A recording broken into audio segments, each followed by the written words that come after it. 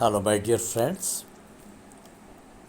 ये अगस्त महीना चल रहा है और भारत का स्वाधीनता का 78 ईयर होगा। 78 ईयर में हमने 77 ईयर अपना ज़िंदगी निभाया है। I am a retired principal having a doctorate degree in economics. Similarly, I was a commissioned officer in NCC. I retired as a major. Also, I had a LLB degree, but I did not apply my LLB degree in my practical life of my whole the 77 years. I am not a lawyer, but on the other hand, as a common man who retired since last 16 years. At the age of 60, I retired as principal. Think something about our national conditions. The most important thing that we are coming across the discussions in the TV channels and social media. These are the two important things. One is on the basis of the वो जो cast, वो जो जातिगत जनगणना एक है, दूसरा about the reservation which created the problems in the net examination. These two things that affect into think over the matter, and what I think I want to express it before you. It is not a political affair. It is my own concept. You have to accept it, may not accept it.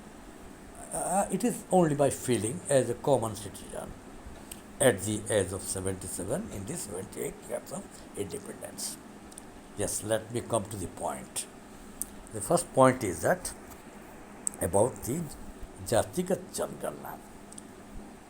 Bharat जब स्वाधीन हुआ, मैं early days में, मेरा childhood days में दिखा था, छुआछूत बहुत ज़्यादा था. अभी ये नहीं है. आर्थिक विकास बहुत हुआ है. Different government has taken different steps, but however some progressive steps were taken in the latest years which has created something more development in economic field. That is a good thing, of course. But one thing, Bharat क्या है? भारत तो divide हुआ religion basis में, फिर भी हमारा यहाँ मुसलमान भाइयों है और हिंदू में है. हम सबको समान अधिकार होना चाहिए. किसी को ज़्यादा देखा जाना अच्छा नहीं है, किसको कम देखा जाना अच्छा नहीं है. सब एक भाई जैसे होना चाहिए. ये एक बात है. दूसरा, हिंदू में आप तो बहुत कैटेगरी है, तो बहुत पुराना रिलीजियन है. इसमें बहुत जात प्रथा ज़्यादा था, छुआछूत था, ये सब धीरे धीरे निकल गया. ठीक है. वो जो रिजर्वेशन आप जात के माध्यम से दे रहे हैं, जब तक दिए रहे थे वो ठीक था. अभी जो समय आया है, अभी जात के नाम पर बस डिवीज़न कीजिए देश को. हिंदू को बीच में फिर भी डिवीज़न मत कीजिए. आप क्या करना चाहिए, वो हिंदू या मुसलमान हो या कोई जात का भी हो, इसका इकोनॉमिकल बैकग्राउंड क्या है, वो कितना रोज़गार करते हैं, और इसकी बेसिस से आप देखिए. किसी को रिजर्वेशन पढ़ने के लिए और पढ़ाने के लिए और रहने के लिए और रहने के योग्य होने के लिए जो भी करना है कीजिए. आप घर दीजिए, मकान दीजिए, पढ़ाई में फ्री कीजिए, किताब दीजिए, है ना, आप सब कुछ कीजिए. मगर एम्प्लॉयमेंट पे अपॉर्चुनिटीज़ एक होना चाहिए. हर जगह पर अगर रिजर्वेशन चलेगा तो क्या करेगा. अभी क्या हो रहा है, जो रिजर्वेशन मिलता है, जिसको फ्री में खाना मिलता है, फ्री में बिजली मिलता है, पानी मिलता है, वो घर में बैठकर क्या कहता है, हम काम को नहीं जाएंगे, हम मिस्त्री काम नहीं करेंगे, बीबी को भेज देता है, जाओ तुम काम करो, और यात्रा देता है, ताड़ी पीता है, ऐसा दारू पीता है, ऐसा काम करता है। ऐसा भी चलता है ना। वोट बैंक को बढ़ाने के लिए आप ऐसा काम क्यों कर रहे हैं? देश कैसे बढ़ेगा? आप देश के लिए राजनीति करो, अपने लिए राजनीति मत करो। ये मेरा बात है। जो भी जिसी भी पॉलिटिकल पार्टी का है, आप देश के लिए राजनीति करो, अपने लिए राजनीति मत करो। और अपना बेटा को बताने के लिए, मुख्यमंत्री बनाने के लिए, प्रधानमंत्री बनाने के लिए, अपने नाती को बढ़ाने के लिए, ये क्या चलेगा?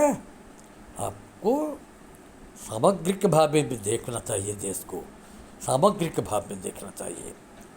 सो that the reservation should be on the basis of the economic background, and it should not be given to the employment field.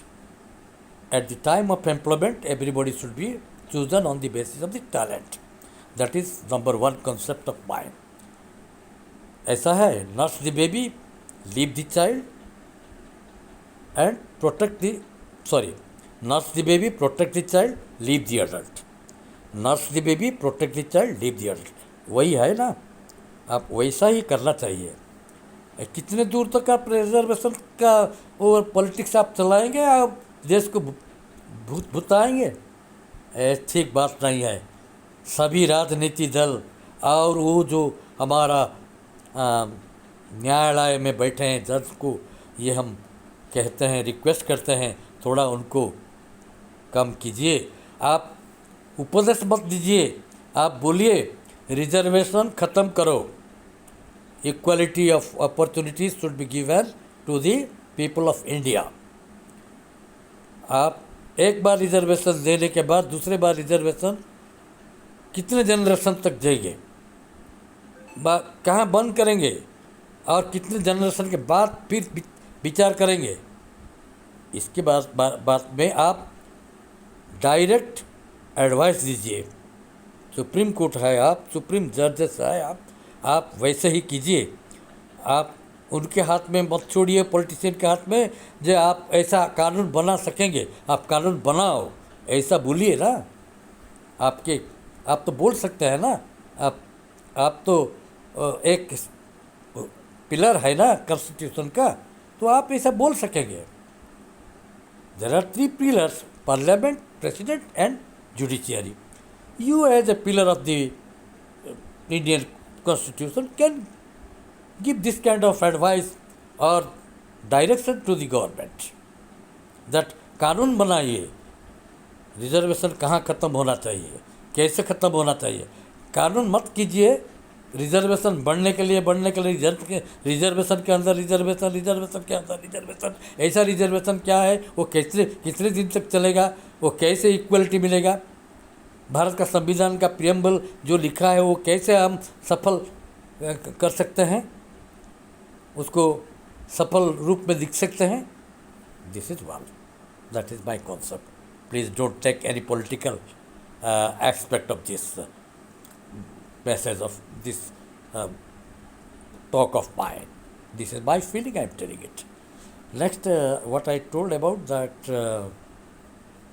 yes, about जातिगत तो हो गया, वो सारे बात भी इसमें कह दिया मैंने।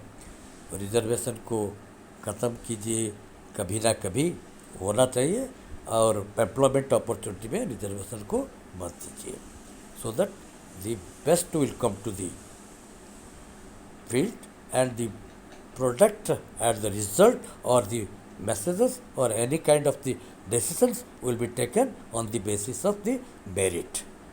एक रिजर्वेशन से एक जज अगर बन जाएगा, वो क्या करेगा? उसको वही बात किसी को क्या किया देना, बिल्कुल वही चलेगा। अभी क्या चल रहा है, जमानत देना क्या बड़ा काम है? ये जमानत को बंद करना चाहिए। जमानत को कितनी दूर तक के दोषी व्यक्ति जमानत में घूमेंगे, राजनीति करेंगे? इसका भी लिमिटेशन होना चाहिए ना। ये सब बंद कीजिए, ऐसा राजनीति अच्छा नहीं है। हम उसी उम्र में आपको लोगों को ये बात बता रहे हैं। Thank you very much. I am sorry if I have hurt anybody, but this is my feeling which I have told you. Okay, thank you very much. जय हिंद, जय जगन्नाथ।